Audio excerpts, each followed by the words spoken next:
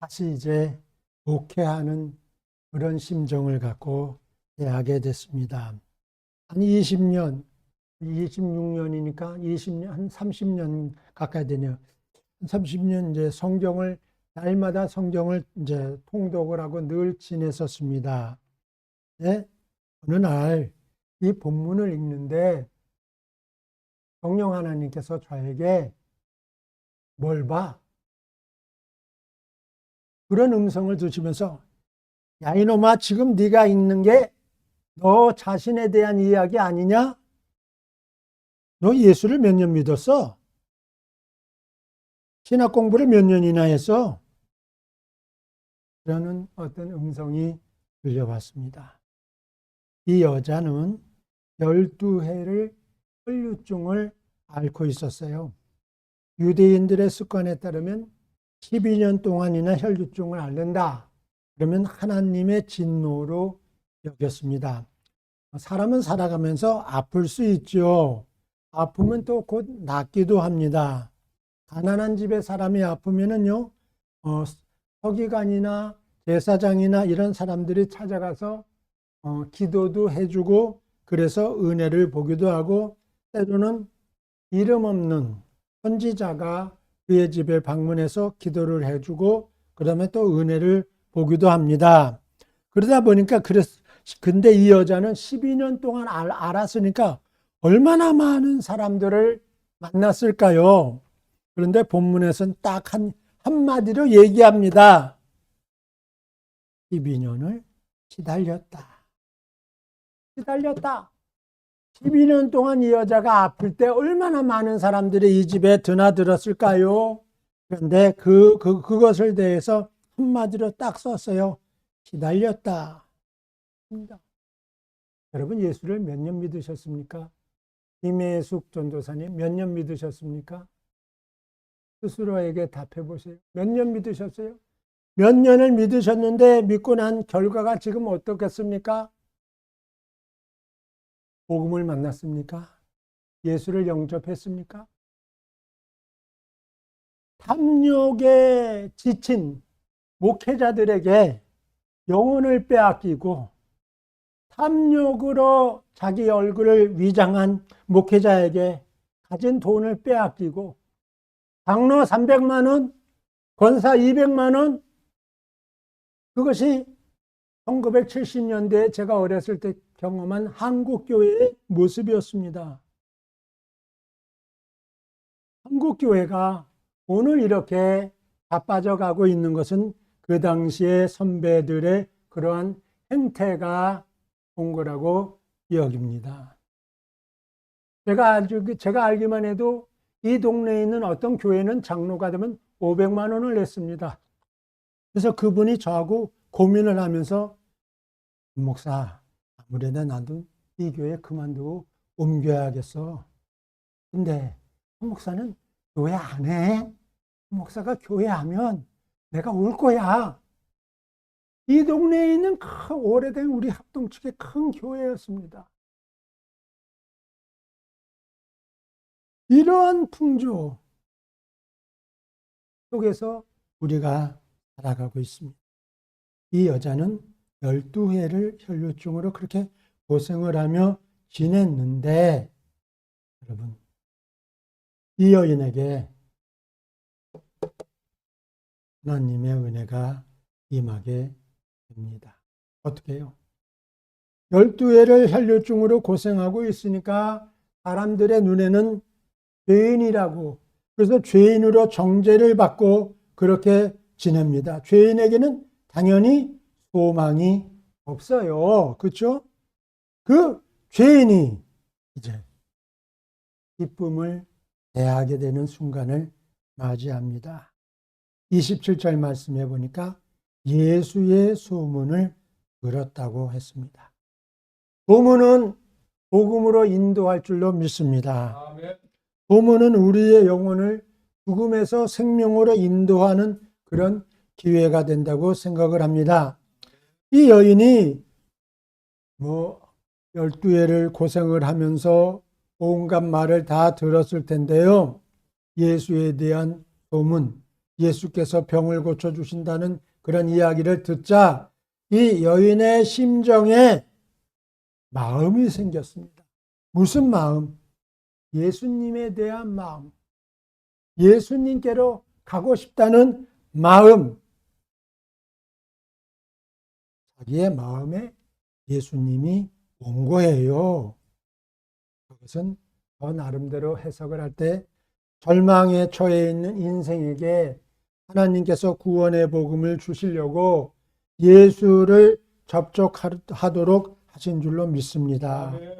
하나님은 절망에 처한 인생을 버려두지 않으십니다. 죄인의 인생을 또한 버려두지 않으십니다. 죄인을 구원하시려고 예수님을 보내신 분이 하나님이신 줄로 믿읍시다. 아멘. 죄인에게 소망은 오직 예수에게 있습니다. 그래서 12년 동안 어둠에 갇혔던 이 여인에게 그의 마음에 한 줄기 빛이 들어온 거예요. 그 빛은 예수를 나도 만나보고 싶다. 네. 그것이 복음인 줄로 믿읍시다. 아멘. 야, 교회를 가보고 싶다. 그런 마음이 복음에 접촉을 하는 거예요. 복음이 뭐 성경의 이야기를 유창하게 설명하는 것이 아니고요. 예수에 대한 궁금증, 예수에 대해서 어떤 그 호감, 내지는 교회에 대한 이런저런 생각들이 들어올 때 그것이 바로 복음이라고 여깁니다. 네. 그 순간에 이 여인의 심정 속에요 변화가 있게 됩니다. 복음은 누구에게나 들어오면 그 성령의 역사임으로 말미암아 마음에 소원을 갖게 합니다. 이 여인에게 소원을 갖게 한 것이 무엇입니까? 28절 내가 그의 옷에만 손을 대어도 구원을 그런 생각을 갖게 됩니다.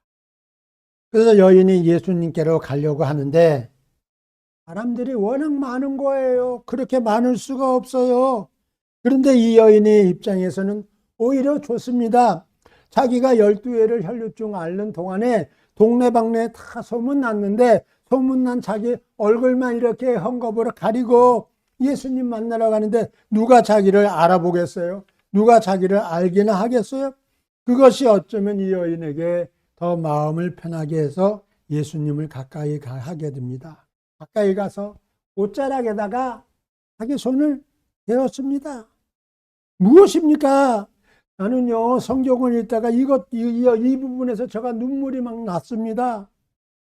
예수님께 대해서 간절함을 가진 거예요. 예수님께 대하여 간절함을 갖게 되니까 이 옷자락만 만져도 나에게 소망이 있을 것이라는 그 간절함을 본문에서 볼 수 있지 않습니까? 여러분, 우리가 간절함을 가지기를 축복합니다. 하나님께서 목회자의 입을 대언으로 삼아서 나에게 생명의 말씀을 주실 것에 대한 간절함이 있기를 원합니다. 오늘 내가 말씀을 받을 때 그 말씀이 내 인생의 소망이 되리라. 내 인생에 얽히고 설킨 그런 것들을 다 풀어놓아 나를 다니게 해줄 것이다 라는 그런 은혜의 소망을 품기를 원합니다. 우리에게는 얼마나 감사합니까? 주일이 있어서 주일마다 하나님의 말씀을 듣게 하시고 또 새벽마다 새벽 예배가 있어서 하나님의 말씀을 듣게 하시고 얼마나 하나님의 말씀을 듣게 하십니까? 그 하나님의 말씀을 들을 때 간절하시기를 축복합니다. 아멘. 여러분, 우리가 간절해지면 하나님이 역사하십니다. 이 당시에도요, 얼마나 예수님에게 말씀을 들으려고 얼마나 많은 사람들이 모였습니까? 그런데 우리가 성경을 읽어서 아는 대로 이때 기적을 경험한 사람은 한 사람뿐이었어요. 주님에 대한 간절함을 가진 이 여인 하나뿐이었다고요. 많은 사람들이 하나님의 말씀을 대하지만 그 말씀에서 기적을 경험하지 못하고 자기의 생각과 자기의 습관대로 신앙생활을 합니다. 얼마나 하십니까? 12년 하셨습니까? 이 여인도 12년 아팠어요. 제가 이 본문의 말씀을 옛날에 이렇게 새롭게 대하게 될 때 성령께서 깨달음을 저한테 주신 것이, 이 여인이 12년 동안 혈류증을 알았다고 여기에 대해서는 너 무감각하지. 바로 너야 임마. 너가 예수를 믿은 지 몇 년이나 됐는데 너 병 고쳐져 봤어? 예수가 아깝다. 그런 생각 들어 안 들어? 예수를 믿은 지 몇 년이나 되는데 네 몸에 예수의 흔적도 없이, 그런 음성을 들었습니다. 그때 제가 내 밥 먹고 살기 위해서 목사질이나 하고 있구나, 그런 어떤 자괴감을 갖고 한번 많이 마음이 아픈 시간을 가져본 적이 있는데, 참 은혜예요. 이 여인이 자기의 소원대로 예수님의 옷을 만졌어요. 그랬더니 그 순간에 어떻다고 했습니까? 29절 말씀을 같이 우리 다 같이 읽어봤으면 좋겠습니다. 29절 시작. 이에 혈류 근원이 곧 마름에 병이 나은 줄을 몸에 깨달으니라. 아멘. 자기 몸에 스스로 알아줬다는 거예요. 예수님이 너 병 고쳐줬다 이런 말씀을 안 해주셔도 자기 스스로가 자기가 병이 고쳐졌다는 것을 알았다는 얘기입니다. 자기 마음의 소원을 갖고 주님의 옷에다가 손을 댄 결과 12년 동안이나 자신을 구속하고 있었던 혈류병이 물러나게 된 것입니다. 할렐루야. 오늘 우리에게도 예배할 때마다 나를 붙잡고 있는, 나를 얽매이고 있는, 나를 앞으로 나아가지 못하도록 하는 그런 모든 세력들로부터 노연하시기를 주의 이름으로 축원합니다. 예수를 믿는 것은요, 자유를 얻는 거예요. 세상은 우리를 구속해요. 세상은 우리를 그건 안 돼. 너는 틀렸어. 너는 소망 없어. 너는 이제 끝일 거야. 하면서 세상은 우리를 정죄하고 세상은 우리를 포기의 형무소, 제가 잘 표현, 포기라고 하는 형무소에 집어넣기를 원하지만 우리 주님은 그 포기를 거두어내시고 자유케 하실 줄로 믿습니다. 그래서 믿음대로 될지어다 라고 말씀을 하신 거예요. 믿음대로 될지어다. 이 여인은 자신의 믿음대로 자기 자신에게 이런 은혜가 온 것을 경험하게 됐습니다. 말씀을 드린다면 이 여인은 마음으로만 믿은 것이 아니라 주님의 옷에 직접적으로 손을 대는 실천을 한 결과 이런 은혜를 보게 됐습니다. 여러분, 믿음은요, 실천입니다. 실천은 곧 무슨 말이에요? 순종이라는 의미입니다. 순종이 없이는 하나님의 은혜를 보기가 어렵지요. 물론 예외적으로 하나님의 특별한 어떤 섭리나 계획에 의해서 기적과 이사를 볼 수도 있겠지만 언제나 성경을 읽다 보면은 하나님은 우리에게 요구하시는 것이 있습니다. 그 요구를 실천할 때 여러분 믿음의 소원을 가지시기를 축복합니다. 그리고 그 소원이 나에게 이루어지도록 성령께서 감동을 주실 때마다 그 감동에 순종해서 실천하시기를 주의 이름으로 축복합니다. 실천의 역사에 나타나는 것이 얼마나 많이 있습니까? 그런데 정말로 저를 감격스럽게 한 것은 30절이었습니다. 예수님의 말씀인데 예수님이 그 순간에 자기에게서 능력이 나간 줄을 스스로 아셨다 그랬습니다. 그 순간에 예수님의 병을 고치는 능력이 주님께로부터 빠져나간 겁니다. 누구에게? 혈류증에 앓는 여인에게. 그리고 예수님은 자기 능력이 빠져나간 것만 아신 것이 아니라 어떤 여자, 얼굴은 모르겠지만 누군지는 모르겠지만 어떤 여자가 그랬다. 어떤 여자에게 능력이 나갔다. 딱 이것까지 알아내셨습니다. 그래서 사람들을 향해서 물었습니다. 누가 내 옷에 손을 대었느냐. 그렇게 물으시니까 숨어서 자기 혈류병을 고친 이 여자가 두려워졌습니다.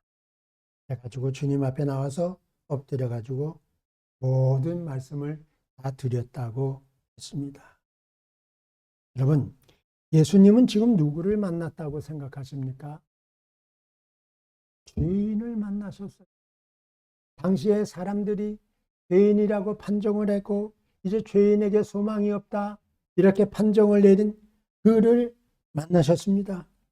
그에게 예수님은 무엇이 되셨습니까? 죄를 고쳐주시는, 더 나아가서 죄를 빼내어 주시는 의사, 죄를 빼내어내서 천국 백성으로 삼으시는 구원자, 그런 역할을 하셨습니다. 그리고 34절에 그녀를 축복하는 말씀을 하셨습니다. 여러분만 한번 읽어보시겠습니까? 34절 시작.